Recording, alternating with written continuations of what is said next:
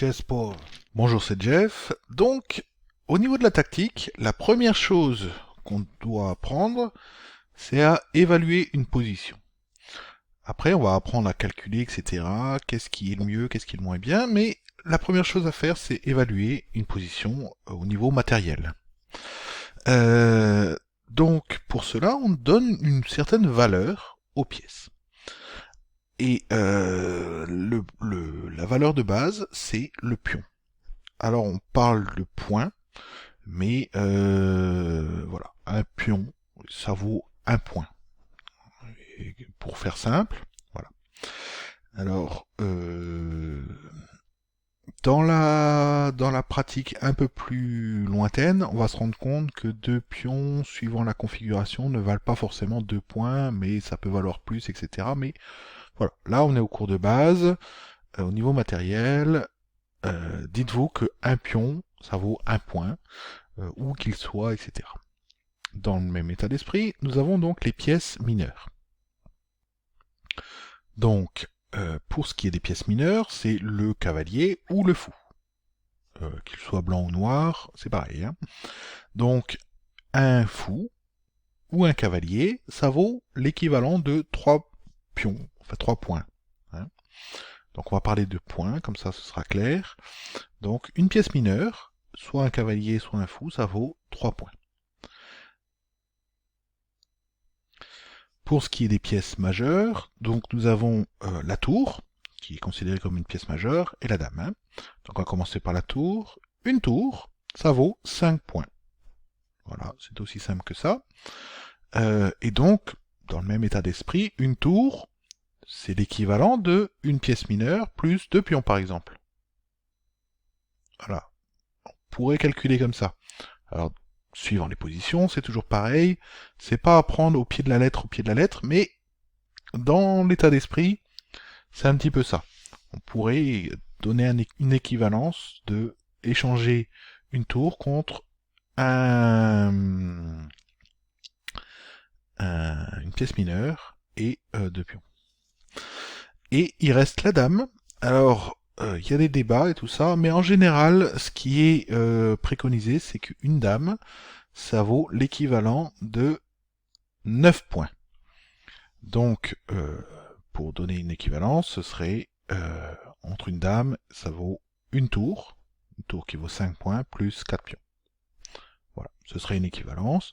Donc, échanger 2 tours contre une dame, c'est pas toujours rentable. Alors, pourquoi je dis que c'est ambivalent ce calcul? Parce que, en fait, une dame faudrait 9,2 ou 3. Donc c'est pas tout à fait la même chose. Mais bon, pour simplifier les choses, dites-vous qu'une dame, ça vaut 9 points. Et que échanger une dame contre 2 tours, c'est pas une bonne idée. Une dame contre 2 tours et enfin une dame et un pion contre 2 tours, hein, peut-être que là ça passe. Voilà, ça dépend des situations. Voilà. Alors, je vous ai dit ça, donc je vous rappelle, un pion ça vaut un pion, une pièce mineure ça vaut 3 points, une tour ça vaut 5 points, une dame ça vaut 9 points, et si on devait donner une force pour le roi, ce serait l'équivalent à peu près de 3 points. Ça c'est quand on apprend à jouer avec le roi dans le milieu de jeu. En effet, à partir du moment où il n'y a pas de dames qui peuvent mater assez rapidement, le roi peut rentrer dans le jeu, et pour une question de déséquilibre au niveau du jeu, enfin bon, vous verrez ça plus tard dans la tactique, à une aile, il peut y avoir tant de points, et à une autre aile, tant d'autres points, et s'il y a un déséquilibre, peut-être c'est intéressant de faire un sacrifice pour affaiblir vraiment une aile et récupérer le roi dans ce cas-là. Mais le roi est une pièce, et etc., etc. Bon, on va revenir à nos fondamentaux. Un pion, 1 point, une pièce mineure, 3 points, une tour, 5 points, et une dame, 9 points. Voilà. Alors vous allez me dire, bon, c'est bien, c'est gentil, mais à quoi ça sert de savoir qu'une tour ça vaut 5 points, qu'un fou ça vaut 3 points, etc., etc. Eh ben, je vais vous donner un exemple. voici une position de base. Est-ce que vous sauriez me dire si vous êtes mieux avec les blancs ou avec les noirs? Est-ce que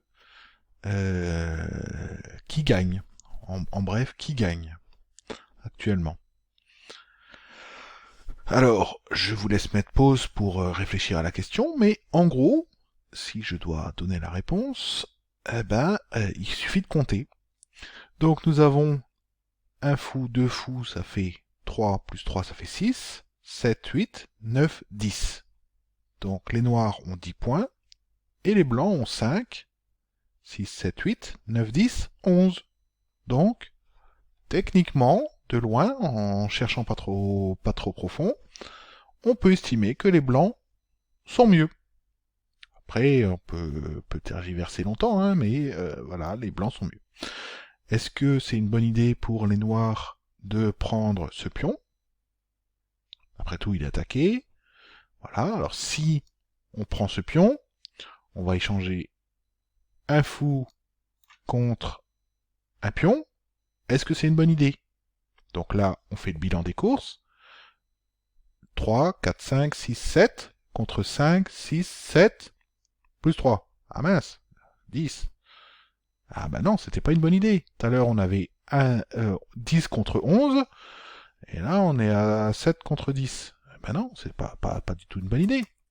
Donc, voici une position où on va se rendre compte très vite que quand on se fait attaquer, eh bien non, le fou, il part. Il s'en va. Parce que sinon, il va avoir des problèmes. Etc., etc. Donc, la valeur des pièces, dans un premier temps, va vous permettre de savoir si c'est une bonne idée, par exemple, de prendre ce pion avec le fou. Ah ben oui, mais si on échange le fou contre un pion, c'est pas une bonne idée. Dans le même état d'esprit, si on si on arrive à échanger un fou contre une tour, 3 points, 5 points, j'ai perdu 3 points, t'as perdu 5 points, ça peut être rentable. C'est ce qu'on appelle une qualité. Voilà, etc., etc. Donc, dans un premier temps, ça aide à évaluer les positions et savoir si, à l'issue d'un calcul, on a fait des bons choix. Est-ce qu'on a plus de points avant? Est-ce qu'on a plus de points après? Qu'est-ce qui est le mieux? Qu'est-ce qui est le moins bien? Bien entendu, si on a accepté le roi, la question ne se pose plus. Voilà pour la valeur des pièces.